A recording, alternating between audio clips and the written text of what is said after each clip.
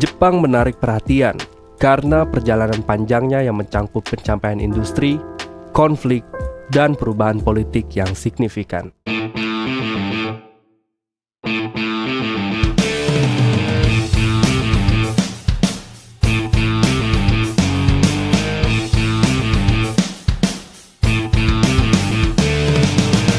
Awalnya, Jepang dikenal sebagai negara Asia pertama yang mengadopsi model industri Eropa dan berhasil mengalahkan kekuatan Eropa dalam pertempuran menggunakan teknologi modern. Seperti dalam Perang Rusia-Jepang yang berlangsung pada tahun 1904 sampai dengan 1905, dan Perang Tiongkok-Jepang yang berlangsung pada tahun 1894 sampai dengan 1895. Namun, kemenangan tersebut tidak membuat Jepang puas. Sebaliknya, mereka malah menjadi lebih agresif. Ambisi untuk membentuk Asia Timur Raya mendorong mereka ke dalam Perang Dunia Kedua yang berujung pada kehancuran negara tersebut. Sejarah Jepang dapat dibagi menjadi 3 masa utama. Masa kuno dimulai dengan legenda penciptaan Jepang menurut kitab Kojiki dan Nihongi. Pemerintahan dipandang sebagai warisan dewa Amaterasu Omokami, dengan kaisar dipandang sebagai keturunan langsungnya. Periode ini juga ditandai dengan persaingan antar keluarga yang berkuasa seperti Fujiwara, Taira, dan Minamoto. Masa yang kedua, yaitu politik isolasi. Politik isolasi dimulai pada tahun 1603 saat Tokugawa menyatukan Jepang dan memulai politik isolasi untuk melindungi negara dari pengaruh asing, yang pada akhirnya terpecah oleh Commodore Perry dari Amerika Serikat pada tahun 1853. Masa yang terakhir adalah masa restorasi Meiji sampai dengan Perang Dunia Kedua. Restorasi Meiji di tahun 1868 melihat pemulihan kekuasaan politik kepada kaisar dan modernisasi negara dalam berbagai bidang. Masa pemerintahan Showa, yaitu masa pemerintahan Kaisar Hirohito, menandai periode yang mengarah pada Perang Dunia Kedua, dengan Jepang berusaha memperluas kekuasaannya di Asia Timur Raya, yang didorong oleh ajaran Shinto tentang dunia sebagai satu keluarga. Kedudukan dan peran kaisar memegang peranan penting dalam sejarah Jepang, terutama dalam era Meiji, di mana kaisar dianggap sebagai sumber kekuasaan tertinggi. Pada masa Showa, keputusan perang diambil oleh Kaisar Hirohito yang menyeret Jepang ke dalam konflik global.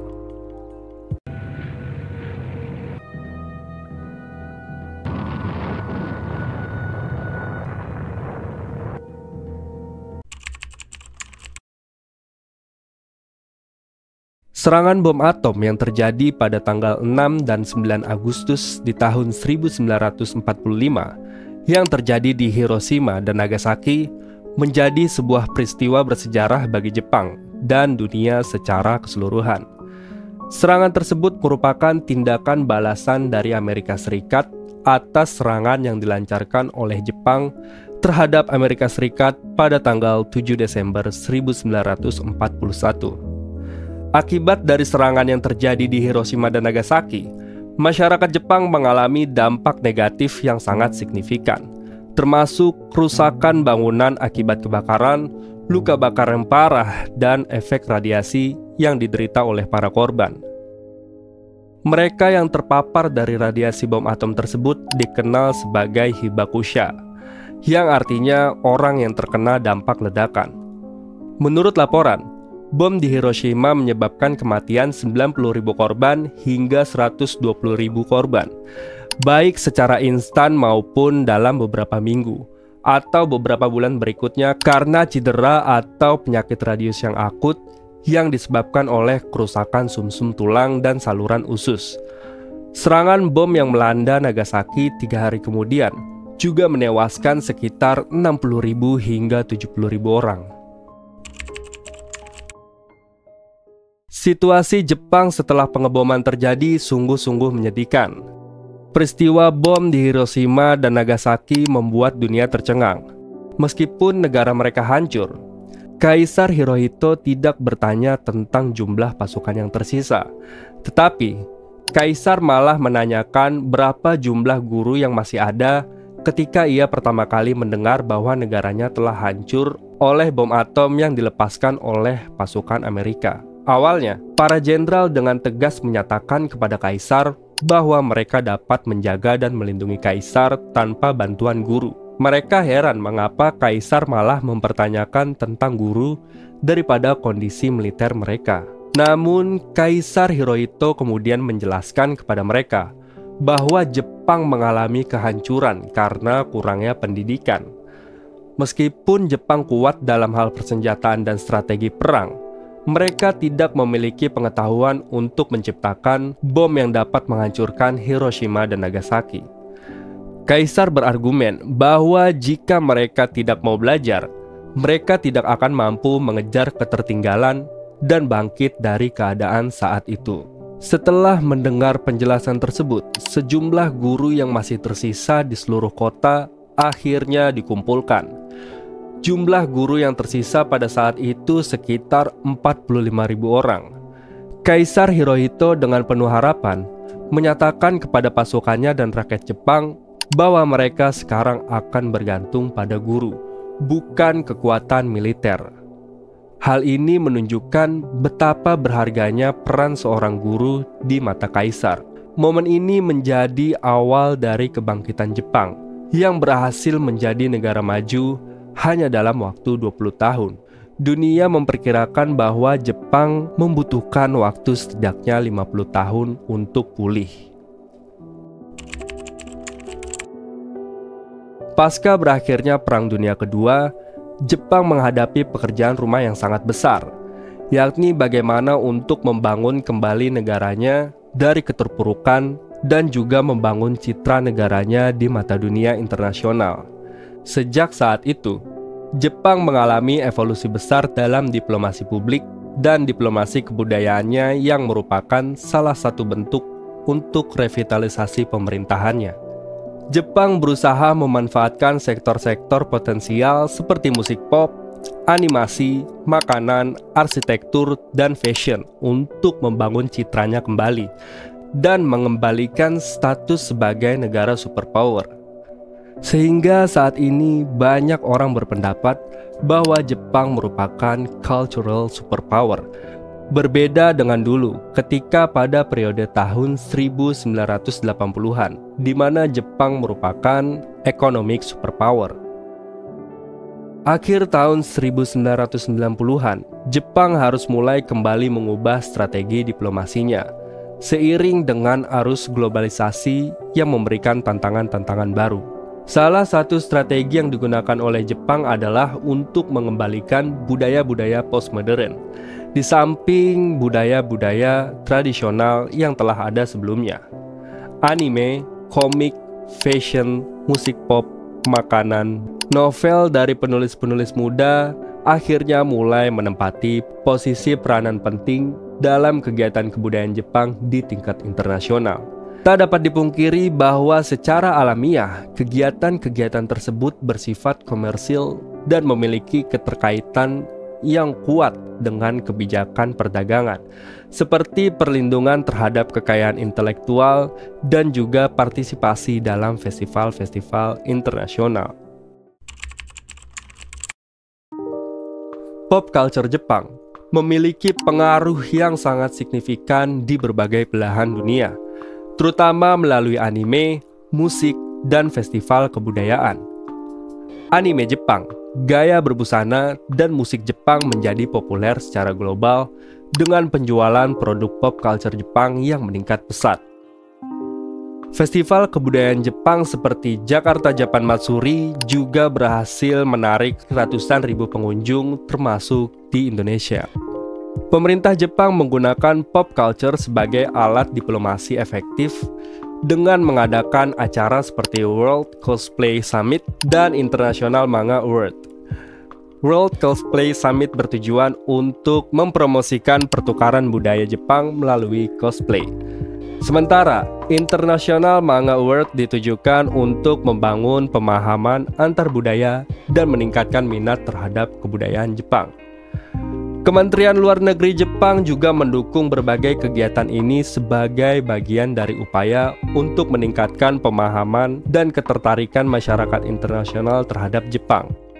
Para pemenang International Manga Award bahkan diberi kesempatan untuk mengunjungi Jepang dan mempelajari lebih tentang budaya, sejarah, dan makanan khas Jepang dengan harapan bahwa mereka akan membagikan pengalaman mereka kepada orang lain di negara asal mereka. Selain itu, budaya musik pop merupakan salah satu elemen yang tidak dapat dipisahkan dari fenomena pop culture Jepang. Meskipun Korean pop atau K-pop masih memiliki dampak yang lebih besar secara global, musisi Jepang seperti Nami Amuro, Parfum, AKB48, EXILE, Laruku, dan Arashi tetap berhasil menjadi perhatian masyarakat dunia dan memiliki basis penggemar yang luas. Di balik kesuksesan Jepang tentunya ada beberapa faktor atau penyebab negara Jepang bisa sukses. Yang pertama, kerja keras dari masyarakatnya. Orang Jepang dikenal sebagai pekerja keras, dengan rata-rata jam kerja yang tinggi dibanding dengan negara-negara lain. Mereka mampu menghasilkan produk dengan efisiensi yang tinggi, seperti mobil, dapat diselesaikan dalam waktu yang relatif singkat. Budaya kerja yang intens ini bahkan menyebabkan fenomena karoshi atau kematian karena kelelahan kerja. Banyak yang meyakini bahwa kebangkitan dan kemakmuran Jepang tercermin dari kerja keras mereka. Yang kedua, rasa malu. Konsep malu merupakan bagian penting dari budaya Jepang. Konsep ini terwarisi dari era samurai hingga zaman modern. Ini tercermin dalam sikap menghormati norma dan peraturan, serta menghindari perilaku yang dapat merugikan lingkungan sekitar. Yang ketiga, loyalitas. Budaya loyalitas yang kuat di Jepang membuat sistem karir di perusahaan berjalan dengan baik. Jarang terjadi pergantian pekerjaan karena banyak yang setia bekerja di satu perusahaan hingga pensiun. Loyalitas ini berkontribusi pada kesuksesan industri dan kota-kota seperti Hofu yang mengalami pertumbuhan ekonomi yang sangat signifikan. Yang keempat, ada inovasi. Meskipun bukan bangsa penemu, Jepang terkenal karena kemampuannya dalam mengembangkan dan memasarkan temuan orang lain. Contohnya adalah Sony Walkman yang legendaris. Meskipun kaset tip sendiri bukanlah penemuan Sony, tapi yang berhasil mengembangkan dan membundling model portable sebagai sebuah produk yang booming selama puluhan tahun adalah Akio Morita, yang merupakan founder dan CEO Sony pada masa itu. Selanjutnya, pantang menyerah. Jepang dikenal sebagai bangsa yang tidak mudah menyerah, dan ini terbukti dari sejarah mereka yang melalui berbagai bencana dan juga tantangan. Mereka cepat beradaptasi dengan perubahan dan membangun kembali negara mereka setelah kehancuran. Keberhasilan Matsushita Konosuke dan Akio Morita adalah contoh nyata dari semangat pantang menyerah ini. Selanjutnya ada budaya membaca. Budaya membaca sangat dihargai di Jepang. Dengan banyak orang yang membaca di tempat umum seperti kereta listrik, penerbitan manga untuk keperluan pendidikan juga meningkatkan minat baca masyarakat. Proses penerjemahan buku asing juga sangat cepat, membuat buku terjemahan tersedia dalam waktu singkat setelah diterbitkan di negara asalnya. Mandiri. Budaya mandiri diajarkan sejak dini di Jepang, dengan anak-anak yang bertanggung jawab terhadap diri dan barang mereka sendiri. Banyak mahasiswa yang mandiri dalam hal keuangan, mengandalkan pekerjaan paruh waktu untuk biaya hidup mereka. Meskipun berkembang secara ekonomi dan teknologi, Jepang tetap menjaga tradisi dan budayanya. Budaya meminta maaf, menghormati orang lain, dan mempertahankan tradisi pertanian adalah contoh bagaimana Jepang memelihara nilai-nilai tradisional mereka. Dengan demikian, sejarah Jepang merupakan perjalanan yang sangat menakjubkan dari kejayaan industri hingga masa kehancuran. dan kemudian bangkit lagi sebagai negara yang maju dan menjadi pusat perhatian dunia. Dari masa kuno yang dipenuhi dengan legenda hingga era modern yang dipenuhi dengan inovasi, Jepang telah memulai berbagai periode yang menentukan. Serangan bom atom yang menghantam Hiroshima dan Nagasaki menjadi titik balik yang menyedihkan dalam sejarah negara ini. Namun, dari kehancuran itu lahir semangat kebangkitan yang membangkitkan Jepang dari puing-puingnya. Peran penting para guru dalam proses rekonstruksi pasca perang menyoroti betapa berharganya pendidikan dalam membangun masa depan yang lebih baik. Melalui upaya diplomasi dan promosi kebudayaan, Jepang berhasil menempatkan dirinya sebagai kekuatan global yang diperhitungkan, tidak hanya dalam bidang ekonomi, tetapi juga dalam budaya populer yang memikat hati masyarakat internasional.